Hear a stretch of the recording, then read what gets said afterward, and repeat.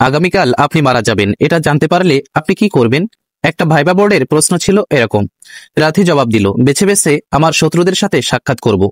উত্তর শুনে ভাইবা বোর্ডের সদস্যরা তো অবাক। একজন জানতে চাইলেন, কেন আপনি এমনটা কেন করবেন? জবাবে প্রার্থী বলল, যারা আমার আপনজন তাদের উপর আমার মায়া বাড়ানোর মানেই হয় না, তাতে তাদের আরো কষ্ট বাড়বে। এর বদলে আমার প্রতি যাদের রাগ, তাদের সাথে একটু ভালো ব্যবহার করলে শেষ সময়েও তারাও হয়তো আমার জন্য দোয়া বা আশীর্বাদ করবে।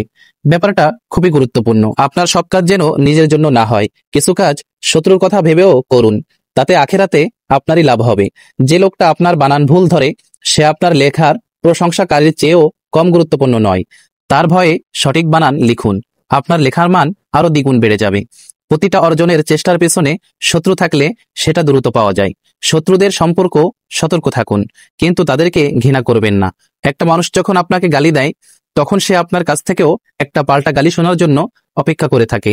আপনি গালি দিয়ে দিলেন তো সবকিছুই শেষ, ব্যাপারটা চূড়ান্ত ও নোংরামি হয়ে গেল, আর তাদের উদ্দেশ্য সফল হয়ে গেল। আর যদি গালিগালাজ জবাবে হাসি মুখে তাকে শুভকামনা জানান, সে আপনাকে নতুন করে আবিষ্কার করবে। কাউকে তর্কে হারানোর মানেই জয়ী হওয়া নয়, কখনো কখনো অন্যের যুক্তি মেনে নেওয়াটাই প্রকৃত বিজয়।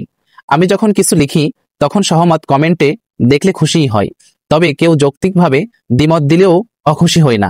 সমালোচকদের ভালোবাসুন, দিন শেষে তারা আপনাকে নিয়ে ভাবতে বসে যাবে, এটা পরীক্ষিত সত্য। মনে রাখবেন, প্রত্যেক শত্রুই আপনার জন্য একটা সতর্ক বার্তা, আর সতর্ক বার্তা সফলতার জন্য প্রচন্ড দরকারি। কেউ অমুকের ভাতিজা বলে পাওয়ার দেখালে আপনি নিজেকে তমুকের ভাগ্নে হিসেবে পরিচয় দিবেন না। লোকটাকে সালাম দিয়ে চলে আসুন, এতে আপনি ছোট হবেন না, বরং বড়ই হবেন।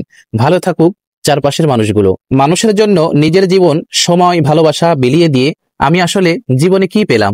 এই প্রশ্নটি একদিনে তৈরি হয়নি। বহু বছর ধরে জমে থাকা অভিমান, হতাশা, অপমান আর অবহেলার মাঝেই প্রশ্নটা ধীরে ধীরে জন্ম নিয়েছে।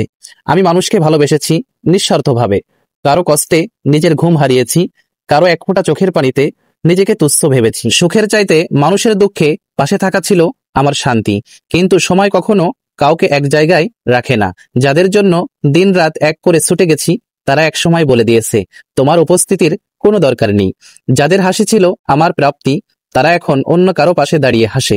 আমি যে ভালোবাসা বিলিয়েছিলাম, সেই ভালোবাসা আর কেউ ফেরত দেয়নি। আমি যে সহানুভূতি দিয়েছিলাম, তার জায়গায় এসেছে উপহাস আর সমালোচনা। আমি যে সময় দিয়েছিলাম, তার বদলে পেয়েছি সময়ের বাইরে ফেলে দেওয়া নিষ্ঠুরতা। বিগত চলতি সময়ে নতুন রূপে আরো কিছু মানুষের সাথে দেখা হলো, তারাও সারমর্ম বুঝিয়ে দিয়েছে। নির্মম বাস্তবতা, তবুও কি আমি ব্যর্থ?